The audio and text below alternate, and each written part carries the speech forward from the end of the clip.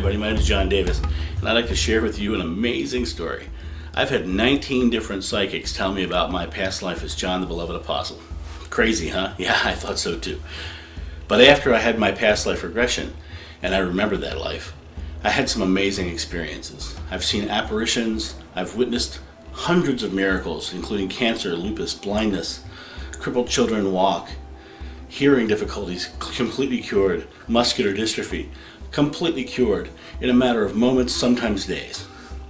The interesting thing was that the teachings that came through in that regression were more about empowering the individual as opposed to empowering a single self. I believe that Jesus, or as I call him, Jeshua, came to empower us, to show us our potential, to show us the way, the truth, and the life that we're all capable of achieving.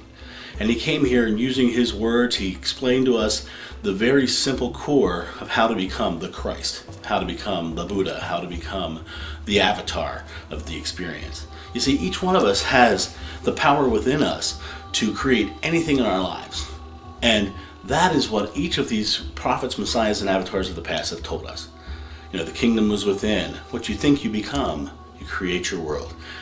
Those quotes that they have been saying for hundreds and thousands of years have been so esoterically altered to mean other things, when the fact is, it is really that simple. You see, if we're here to experience God fully, would God make it hard? I don't think so. In fact, I think it's more simple than what we can conceive of as simple. You see, one of the things that I find interesting is that the Bible says, whatever you wish, ask in God's name, and it is granted. Well, God's name, according to Moses, was I am. And that's a simple declaration from yourself to create your experience. The key is your faith. Because as Jesus said, Joshua said, your faith is what heals you. So if your faith truly is in a place of creating something, and you believe that it is happening, it will happen. That's what all these books like The Secret, about the law of attraction, are talking about. They all talk about the material things that we're creating into our lives. However, what they aren't necessarily saying openly is that you are the creator. You are a co-creator with God. In the Bible it says, ask and you shall receive. You're the one asking. You're the one who has to put forth the intention of creation. See, God says, what do you want? And then he sits there and he waits. And he waits for you to make a choice. And when you make that choice and you believe you're getting that choice, then you receive what you're creating. The interesting thing is our mind shifts. In fact, more than 80% of the time, our mind is in the subconscious belief. So if belief is just faith, then you are creating from your subconscious mind.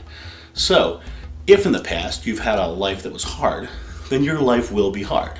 Because you believe it's hard, your faith is in what is hard, and your thoughts, words, and actions are creating more hard life. However, if you can take the conscious creation moment, the only moment you have, the present one, you know, Buddha says, dwell not upon the past or the future, but live wisely and earnestly in the present. If you can take this present moment and you can alter your belief to believing a different reality, then you will create a whole new direction. So what are you going to say with your I am statement? As I created my life, lots of things changed. One of the things that changed, and one of the most powerful things that happened in my life, was I had a new love come into my life. I said, thank you, God, for the fun and easy relationship with the soulmate I'm receiving. And 3 weeks later, a woman walked into my life who was perfect for me in every aspect.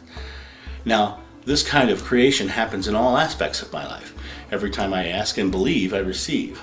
The key is the believing. You have to believe. The tough part is breaking past the current circumstance. So, when you take your mind and you decide you want something else, anytime you think of something contrary, then you have to set that contrary thought aside and go back to your original thought, believing it, and predominantly you will create something new. The way I like to say this, if you think about it from this perspective, say God is a waiter, and you say, waiter, can I have the dessert? The waiter is not headed to the kitchen right now because of the fact that they don't know which dessert you want. The more focused you are on your intent and your belief, then you're going to receive it. What I said was, I'll have the tiramisu. And it started heading to the kitchen. God started heading to the kitchen. Halfway to the kitchen, if I said, no, I'll have the ice cream instead, then I'm going to receive ice cream. But if I change back to tiramisu, I will get the original tiramisu that I asked for. The key is holding your focus until you hold it in your hand. So make sure as you're creating your life, you're creating a very positive creation as opposed to a negative creation, or as I like to look at it, an optimistic creation as opposed to a pessimistic creation. Optimistically, you're creating an amazing experience if you so choose. I thank you for listening to me today. More stories are at johnofpenniel.com. If you go to my stories page, you can hear all of the little spiritual stories that led me to where I am right now. And there's lots of books, products, and resources for your personal enlightenment there. Thank you very much, and I will talk to you soon.